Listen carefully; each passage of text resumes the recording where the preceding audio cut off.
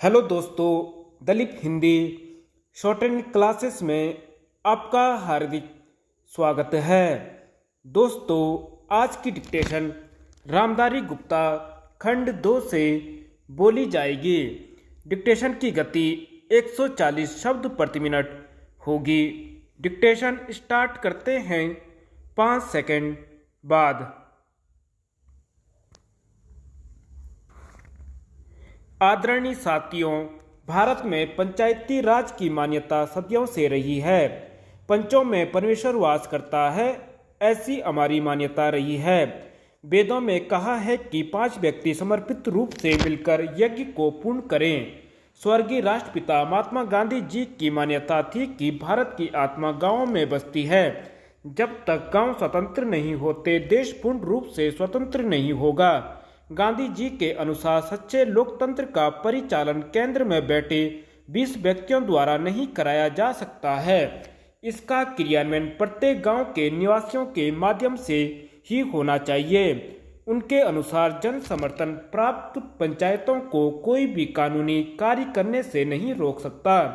गांवों का प्रत्येक समूह या उस समूह के सदस्य अपनी पंचायत बना सकते हैं, चाहे भारत के अन्य गांवों में पंचायतें हों अथवा नहीं हो। गांधी जी की यह मान्यता थी कि हर अधिकार कर्तव्य से ही मिलता है। ऐसे अधिकारों से कोई भी वंचित नहीं कर सकता। पंचायत लोगों की सेवा करने के लिए है तथा भारत का अर्ध लोकतंत्र इकाई गांव ही है। भारतीय संविधान के अनुच्छेद 40 में पंचायती राज के संबंध में अंकित किया गया है कि राज्य ग्राम पंचायतों का संगठन करने के लिए अग्रसर होगा तथा उनको ऐसी शक्तियां और अधिक प्रदान करेगा जो उन्हें स्वायत्त शासन की इकाइयों के रूप में कार्य करने योग्य बनाने के लिए आवश्यक हो। इस उद्देश्य से प्रेरित होकर भारत सरकार ने पंचायती राज व्यवस्था को सुदृढ़ करने के लिए समय समय पर कदम उठाए हैं। 2 अक्टूबर 1962 को भारत सरकार द्वारा ग्रामीण विकास हेतु सामुदायिक विकास कार्यक्रम प्रारंभ किए गए। इसके अधीन स्थानीय विकास हेतु सरकार द्वारा विकास खंडों को अनुदान राशि दी गई। भारत सरकार ने देश के ग्रामीणों का सर्वांगीण विकास करने हेतु पंचायती राज संस्थाओं के संबंध में 1957 में बलवंत राय मेहता समिति का गठन किया। इस समिति ने सिफारिश की कि विकास से संबंधित समस्त कार्यों को पंचायती राज संस्थाओं को सुपुर्द कर दिया जाना चाहिए। समिति की सिफारिश के अनुसार ग्राम स्तर पर ग्राम पंचायतें पूर्णतः निर्वाचित हों। इनमें 2 महिला, अनुसूचित जाति व अनुसूचित जनजाति का प्रतिनिधि मनोनीत हो। ब्लॉक स्तर पर पंचायत समिति विकास के समस्त कार्य हाथ में लें। ऐसी व्यवस्था है कि पंचायत समिति विकास के समस्त कार्य हाथ में लें। ऐसी व्यवस्था है कि पंचायत समिति धीरे धीरे एक सक्षम प्रजातांत्रिक संस्था के रूप में कार्य करें। जिला स्तर पर पंचायत समिति में समन्वय रखने हेतु प्रत्येक जिले में जिला परिषद का गठन हो तथा उसमें सांसद विधानसभा सदस्य भी सदस्य रहें। भारत सरकार द्वारा बलवंत राय मेहता समिति की सिफारिशों को स्वीकार करते हुए राज्य सरकारों को निर्देश दिया कि ग्रामीण क्षेत्रों का विकास करने हेतु पंचायती राज व्यवस्था शुरू की जाए। राजस्थान सरकार ने देश में सबसे पहले 2 अक्टूबर 1959 को नागौर में दीप प्रज्वलित कर त्रिस्तरीय पंचायती राज व्यवस्था आरंभ की।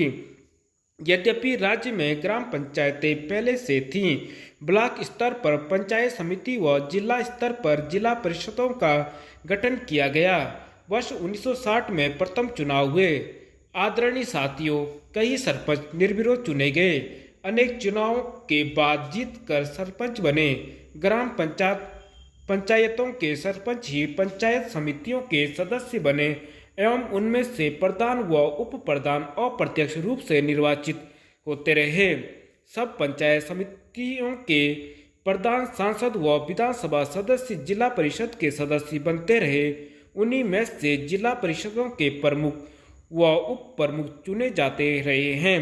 न केवल राजस्थान राज्य में ही अपितु देश के अधिकांश राज्यों में पंचायती राज व्यवस्था की स्थापना के आरंभ के वर्षों में इन संस्थाओं ने ग्रामीण विकास की दिशा में अच्छे परिणाम दिए। लेकिन कुछ वर्षों बाद किन्हीं कारणों की वजह से पंचायती राज दिखाई देने लगी, अर्थात ये संस्थाएं अपेक्षित परिणाम देने में असफल रही। इसका सबसे बड़ा कारण इन संस्थाओं के पास वित्तीय साधनों की कमी रही। साथ ही अधिकांश राज्य सरकारों ने पंचायती राज संस्थाओं के चुनाव में भी अधिक रुचि नहीं ली।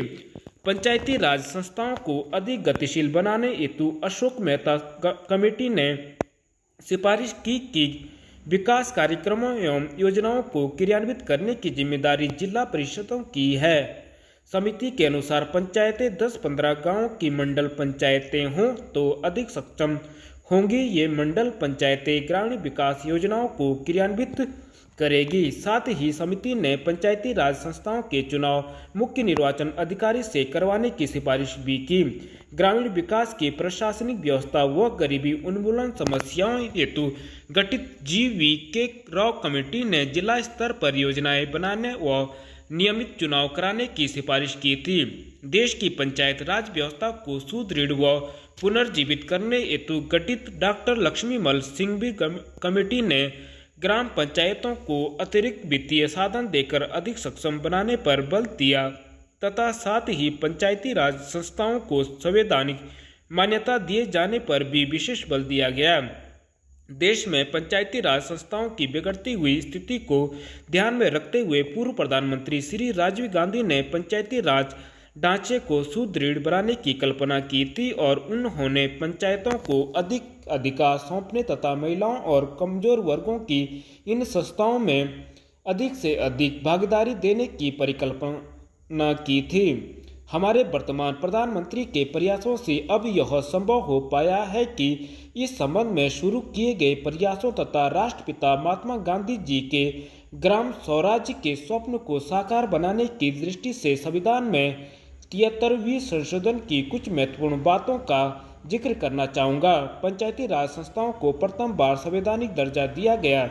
सभी राज्यों में पंचायती राज की त्रिस्तरीय पद्धति लागू की गई, लेकिन जिन राज्यों की जनसंख्या 20 लाख से कम है वहां बीच के स्तर की इकाई गठित करने की मर्जी राज्य सरकारों पर छोड़ी गई है। ग्राम सभा को वैधानिक दर्जा दिया गया है। हर 5 वर्षों में अनिवार्य रूप से चुनाव होंगे। चुनावों की व्यवस्था एक स्वतंत्र चुनाव आयोग करवाएगा। महोदय, जैसे बहुभाषा भाषी देश में जहां विभिन्न भाषा परिवारों की 1652 भाषाएं बोली जाती हों, अष्टम सूची के अनुसार भी देश की 18 प्रधान भाषाएं हों, खान पान, वेशभूषा, रीति रिवाज आदि की दृष्टि से भी एक प्रांत दूसरे प्रांत से बहुत भिन्न हो, वहां देश की अखंडता को बनाए रखने के लिए सबसे अधिक आवश्यक यह है कि संपूर्ण देश के नागरिकों का वैचारिक स्तर पर आदान प्रदान हो, सांस्कृतिक विनिमय हो, एक दूसरे को समझने सराहने की चेष्टा हो। जहां संपूर्ण देश की भाषा एक हो वहां तो शायद उस एक राष्ट्रभाषा से यह संभव भी हो सके, किंतु भारत जैसे विशाल तथा विभिन्न संस्कृतियों और विविध भाषाओं वाले देश में अनुवाद ही सबसे सशक्त माध्यम है जो संपूर्ण देश को एक सूत्र में बांधे रखने में सहायक हो सकता है। द्विभाषिकता का महत्व भारत में प्राचीन काल से हो रहा है। आज भी भारतीय जनसंख्या के सांख्यिकीय आंकड़े यह बताते हैं कि भारत में द्विभाषियों का प्रतिशत काफी ऊंचा है।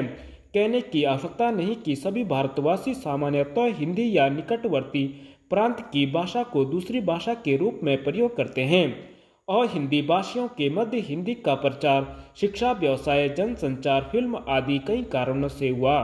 द्विभाषिकता का महत्व रोजी रोटी तथा आत्मविकास एवं आत्म प्रचार से बढ़ता है। यह द्विभाषिकता अनुवाद की मूल वृत्ति है। एक व्यक्ति अपने भावों व विचारों को दूसरे तक पहुंचा सके तथा दूसरे की बात स्वयं समझ सके, इसीलिए वह 2 या अधिक भाषाएं सीखता है। यह व्यावहारिक सत्य है कि जो व्यक्ति जितनी अधिक भाषाएं जानता है वह उतना ही बहुज्ञ है, क्योंकि भाषा के सहारे उसका परिचय क्षेत्र तो बढ़ता ही है, वह विभिन्न भाषिक संस्कृतियों से भी परिचित होता है। देश चाहे भौगोलिक दृष्टि से छोटा हो या बड़ा, शक्तिशाली हो या निर्बल, धनी हो या निर्धन, संश्लिष्ट अंतर्राष्ट्रीय राजनीतिक स्थिति को समझने के लिए दूसरे देशों की साहित्यिक, दार्शनिक, वैज्ञानिक स्थिति को समझने तथा उनसे लाभ उठाने के लिए उसे अनुवाद का सहारा लेना पड़ता है। सभी विकसित देशों में इसीलिए अनुवाद का बड़ा महत्व है। अनुवाद संबंधी बड़े बड़े संस्थान हैं तथा बड़े सुनियोजित ढंग से अनुवाद कार्य होता है। मैं आपको यूरोप के एक छोटे से देश बल्गारिया का उदाहरण देता हूँ। बल्गारिया की जनसंख्या 40 लाख है। बल्गारिया में पर्यटकों की वर्ष भर भरमार रहती है और उसका विदेशी मुद्रा अर्जन का मुख्य स्रोत भी पर्यटन उद्योग ही है। विश्व के अनेक देशों के पर्यटक वहां आते हैं, जिनमें बल्गारियन भाषा जानने वालों की संख्या नहीं के बराबर ही होती है। इन पर्यटकों की सुख सुविधा के लिए तथा उन्हें भाषा की कठिनाई न हो, इसलिए दूरभाषियों की जो यूरोप की विभिन्न भाषाएं जानते हो आवश्यकता होती है। इसके लिए विश्वविद्यालयों में नियमित रूप से युवक युवतियां विदेशी भाषाएं सीखते हैं और दुभाषीय का काम करते हैं। धन्यवाद।